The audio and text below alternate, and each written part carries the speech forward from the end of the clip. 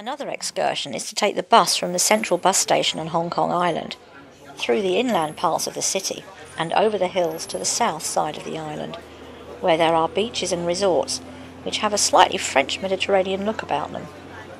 Repulse Bay is the best known.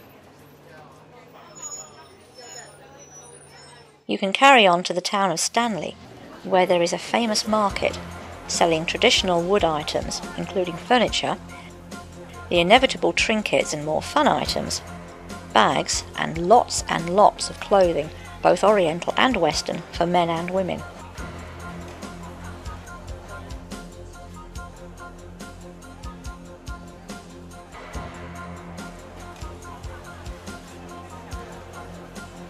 Beyond the market is the waterfront, where you can refresh yourself with a drink and a meal before returning.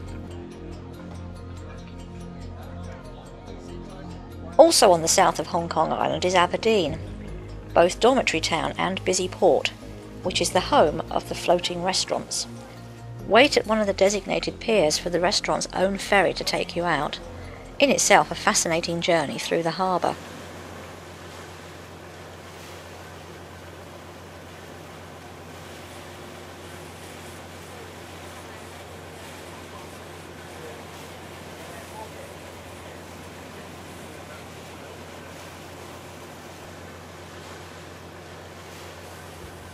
The restaurants themselves are richly decorated, outside and in.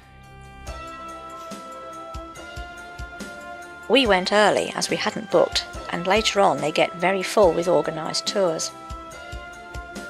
The view from the restaurant was an interesting mixture of the old and new, rich and poor. By the time we left, it was dark, and we had a good view of the nighttime decoration.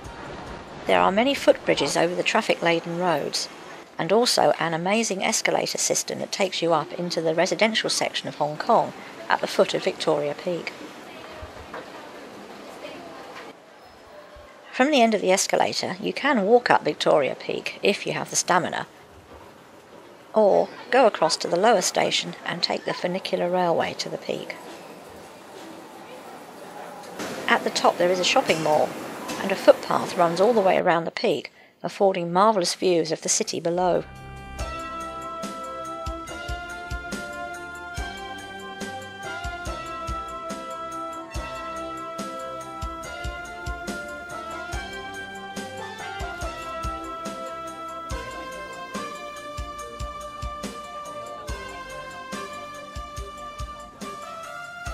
The view of the buildings from the steep railway is rather odd, to say the least, from your perspective in the railway carriage.